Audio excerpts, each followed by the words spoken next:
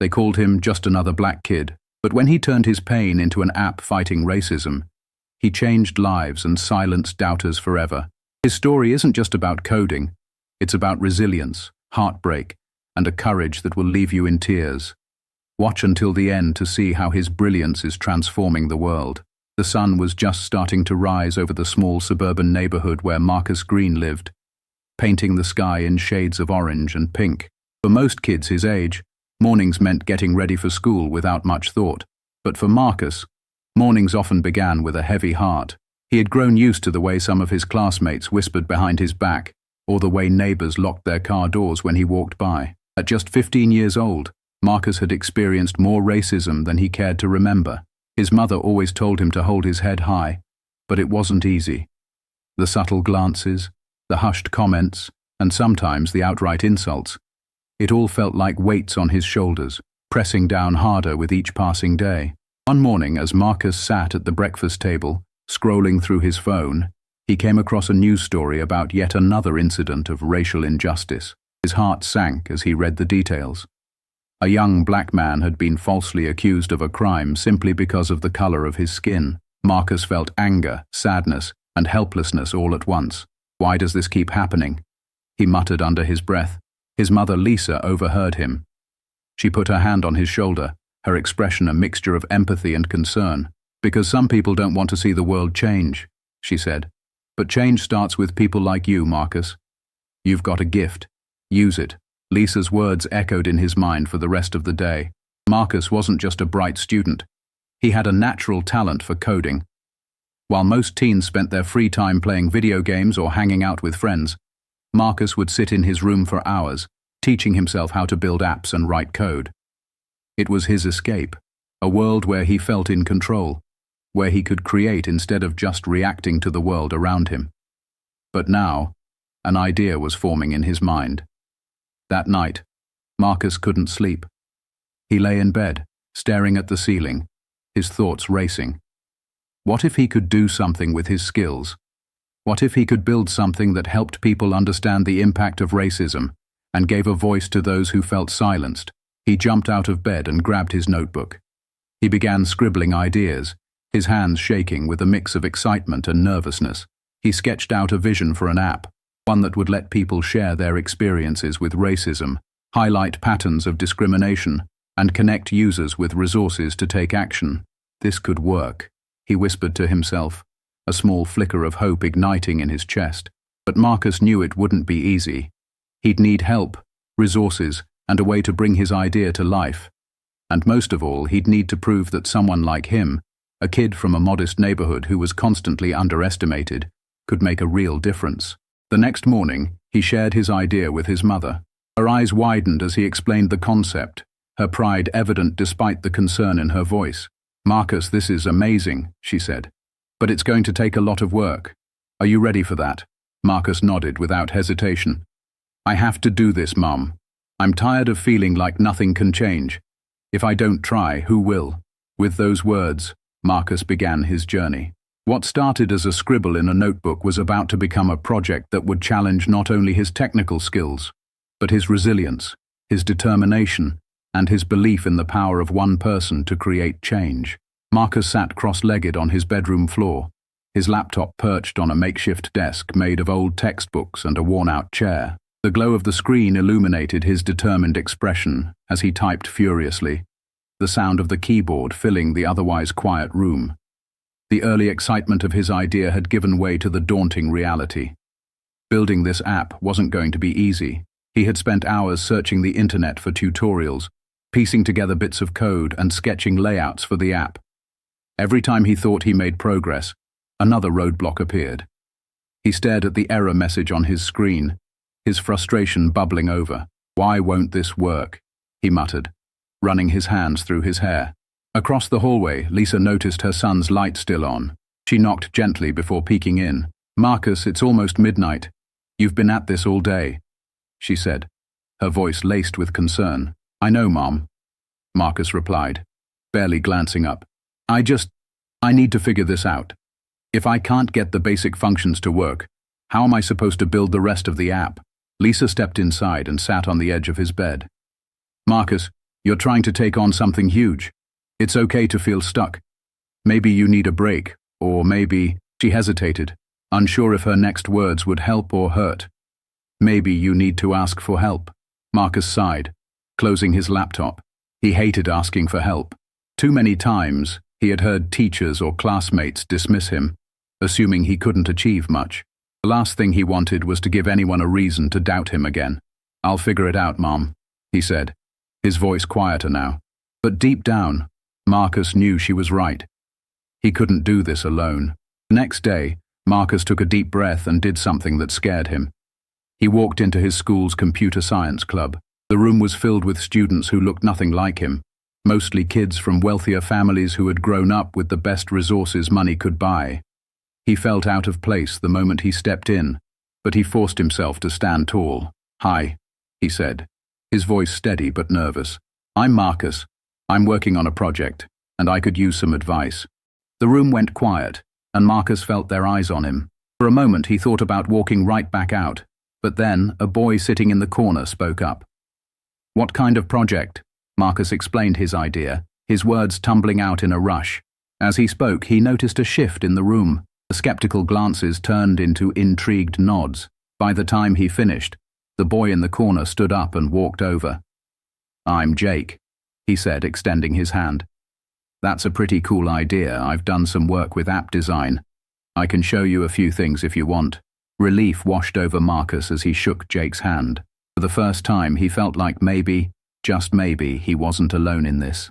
Over the next few weeks, Marcus spent every spare moment learning from Jake and a few other students who had joined in to help. They showed him how to debug his code, refine the app's interface, and even brainstorm features that Marcus hadn't considered. But as helpful as they were, Marcus still felt the weight of responsibility.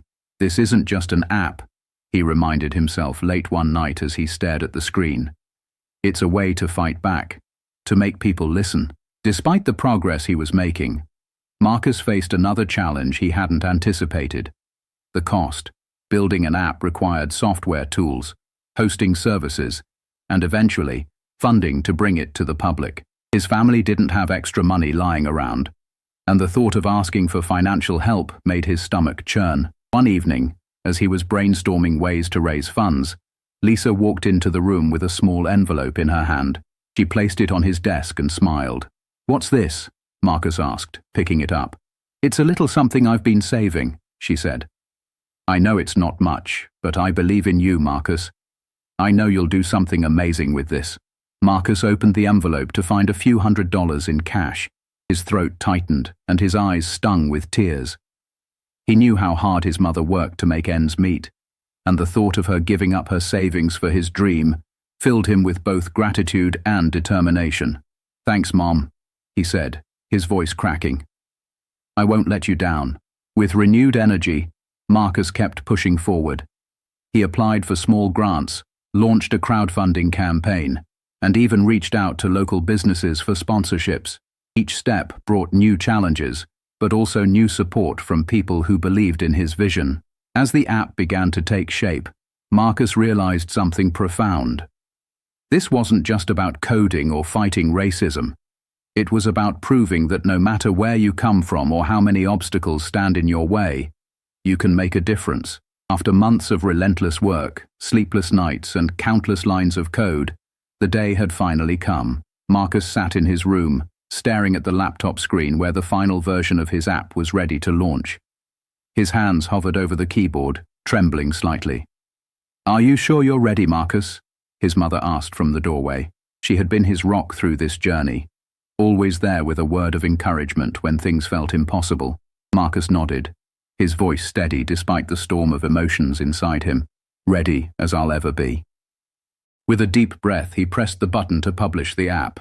A confirmation screen popped up. "Your app is live." Marcus exhaled, leaning back in his chair. It was out of his hands now. The app, called Unity, was simple but powerful. It allowed users to share their personal experiences with racism, anonymously if they chose. It also featured a map that highlighted areas where incidents were reported, creating a visual representation of systemic issues. The app wasn't just a tool for storytelling. It was a way to expose patterns of discrimination and inspire communities to take action.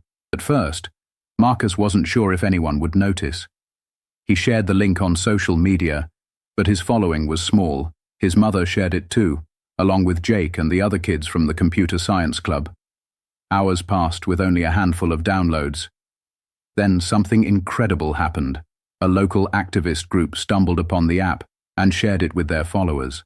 Within hours, the downloads skyrocketed. People from all over the country began posting their stories. Some heartbreaking, others infuriating.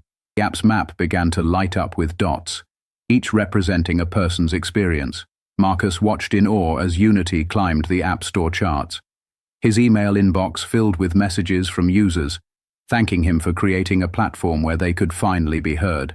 But not everyone was supportive. 2 days after the launch, Marcus received his first hateful comment on social media. Another stupid app crying about racism. Get over it already. Marcus stared at the comment, his stomach sinking. He knew there would be backlash. His mother had warned him about it, but seeing it written out hit harder than he expected. More comments followed, some dismissive, others outright cruel. Just another way to blame white people for everything. Bet this kid is getting rich off fake stories. Racism isn't real. Stop playing the victim. The messages came in waves, each one chipping away at the excitement Marcus had felt just a day earlier. He tried to ignore them, but the negativity was impossible to escape. That night Marcus sat on his bed, his head in his hands. He had done everything he could to create something meaningful, but now it felt like the world was tearing him down. Lisa found him there, her heart breaking at the sight of her son so defeated. She sat beside him, wrapping an arm around his shoulders. "Talk to me, Marcus," she said gently. "I don't know if I can do this, Mom," he admitted, his voice barely above a whisper. "What's the point if people just tear it apart?" Lisa tilted his chin up, forcing him to meet her gaze. "Marcus, listen to me. For every hateful comment, there are 10 people whose lives you're changing. Look at all the stories people are sharing. Look at how much your app has already accomplished. Don't let a few small-minded people take that away from you." Her words lit a spark in Marcus's heart. He opened his laptop and began scrolling through the messages from users who had written to thank him. One message in particular stood out. "I've never told anyone what I've been through because I didn't think anyone would care. Your app gave me a voice. Thank you." Marcus wiped his eyes, a new determination forming inside him. "You're right, Mom," he said, sitting up straighter. "This is bigger than the hate. I can't stop now."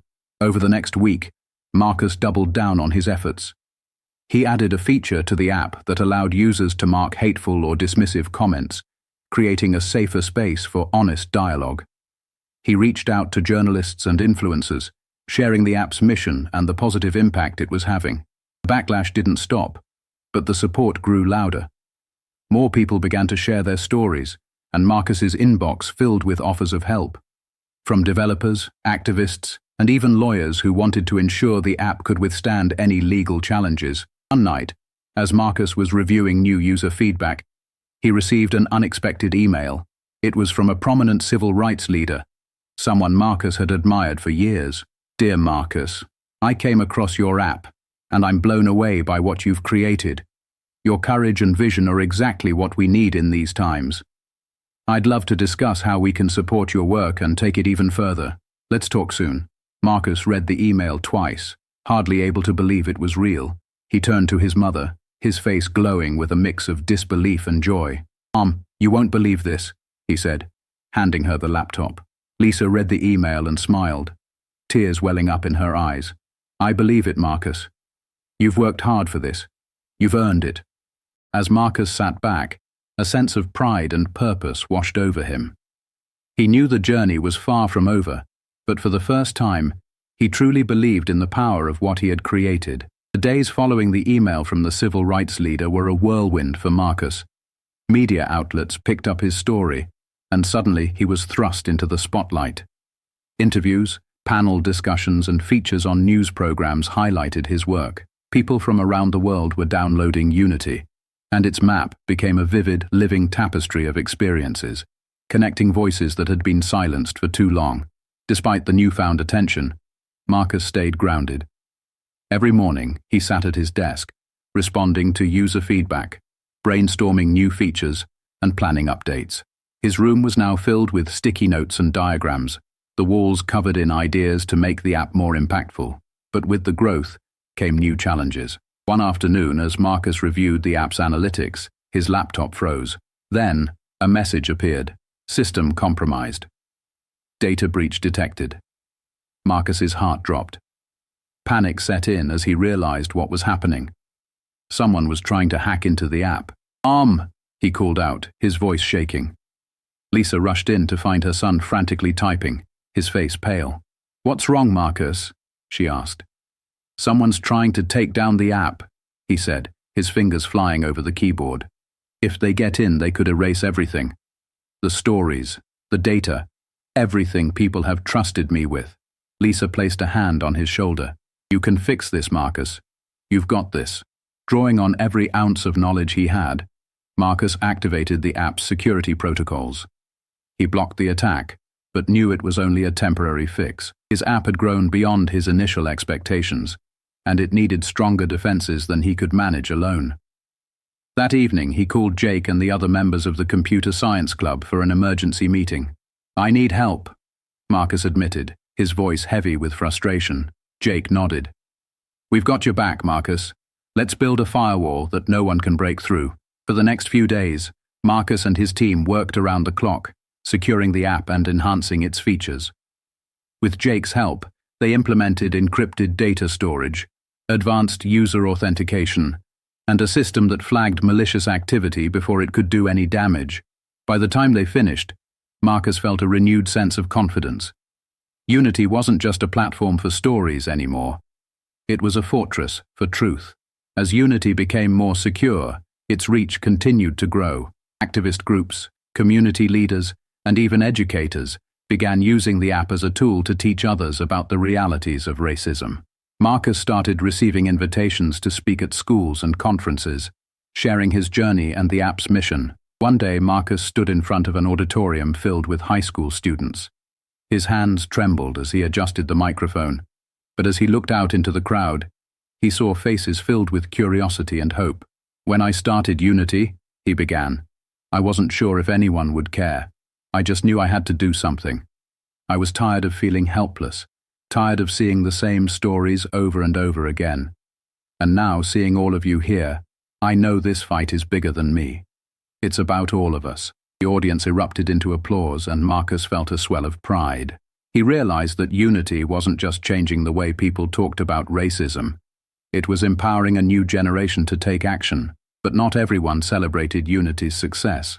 Marcus's inbox became flooded with not only support but also threats and hate mail. Some accused him of fabricating stories to create division.